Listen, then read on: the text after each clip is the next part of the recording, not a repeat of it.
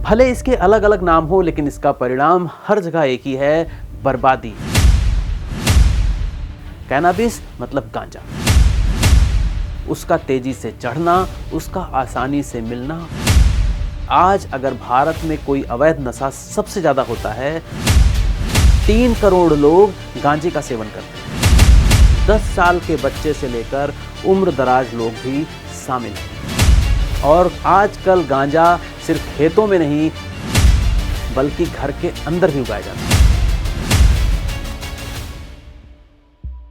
किसी नशे की, और उसमें भी अवैध नशे की, सबसे बड़ी ताकत है उसका तेजी से चढ़ना, उसका आसानी से मिलना और कम दामों में मिल जाना। यही वजह है कि आज अगर भारत में कोई अवैध नशा सबसे ज़्यादा होता है तो वह है गांजे का सेवन। और गांजे का सेवन करने वालों की सबसे ज़्यादा संख्या पूरी दुनिया में अगर कहीं है तो वह भारत में है। और यह मैं नहीं कह रहा, लोकसभा में एक सवाल के जवाब में सरकार ने जो आंकड़ा प्रस्तुत किया वह आंकड़े कहते हैं ये कि 3 करोड़ लोग गांजे का सेवन करते हैं। और आज से 3-4 साल पहले यह आंकड़ा प्रस्तुत किया गया था। अब सोचिए, यह सरकारी आंकड़ा है तो वास्तविक आंकड़ा तो और भी ज़्यादा होगा।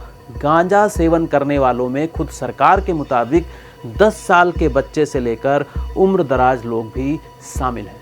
और आजकल गांजा सिर्फ खेतों में नहीं, खलिहानों में नहीं, झाड़ी झंखाड़ों में नहीं बल्कि घर के अंदर भी उगाया जाता है।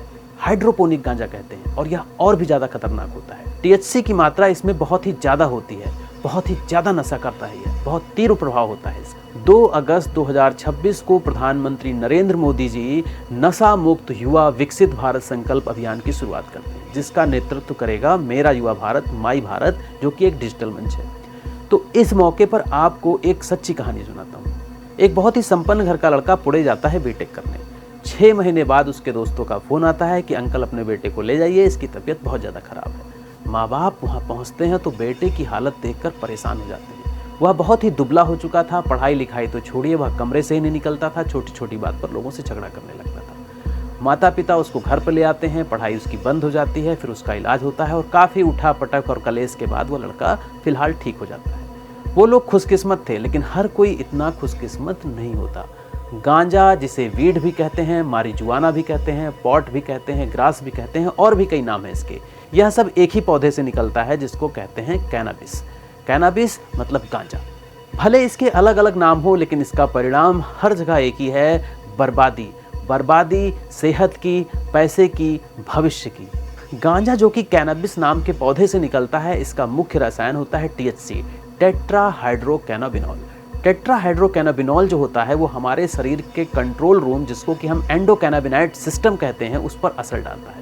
एंडोकैनाबिनाइड सिस्टम का काम होता है हमारी याददाश्त, हमारा मूड, हमारी नींद, हमारी भूख, हमारे डिसीजन मेकिंग कैपेसिटी को संतुलित करना, बैलेंस्ड करना।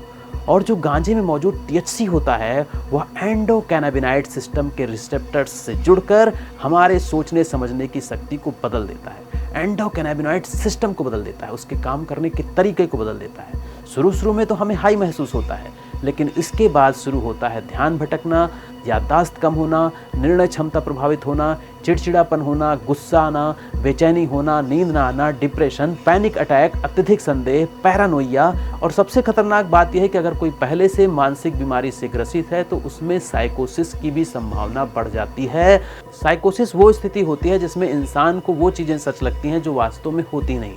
उसे लगता है कोई इसे मारना चाहता है, कोई इसके खिलाफ साजिश कर रहा है, कोई उससे घृणा कर रहा है। और यह सब बातें 20 से 25 साल की उम्र में सबसे ज़्यादा होती हैं, क्योंकि 20 से 25 साल की उम्र के बच्चे ही गांजे की गिरफ्त में सबसे ज़्यादा आते हैं। घर से दूर रहते हैं, पढ़ाई करते हैं, हॉस्टल में रहते हैं, आज़ादी मिलती है, दोस्तों का प्रभाव पड़ता है, पीयर प्रेशर होता है, और ऐसे में वह गांजे का सेवन बहुत तेज़ी से शुरू कर देते हैं, बहुत जल्दी शुरू कर देते हैं।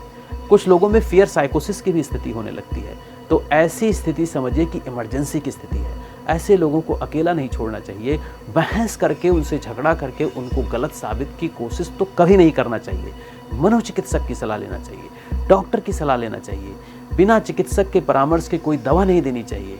और याद रखिएगा, नशे की सबसे बड़ी चाल तो यही है, सबसे बड़ी ताकत भी यही है कि वह सबसे पहले आपका दोस्त बनकर आपके पास आता है। लेकिन धीरे धीरे आपकी आज़ादी छीन लेता है, आपको गुलाम बना लेता है। और अगर आपका कोई दोस्त या आपका कोई परिवारीजन नशे की गिरफ्त में है तो शर्मिंदा मत होइए, मदद लीजिए। अगर आप खुद गांजे की लत के शिकार हैं तो आप भी शर्मिंदा मत होइए, मदद लीजिए।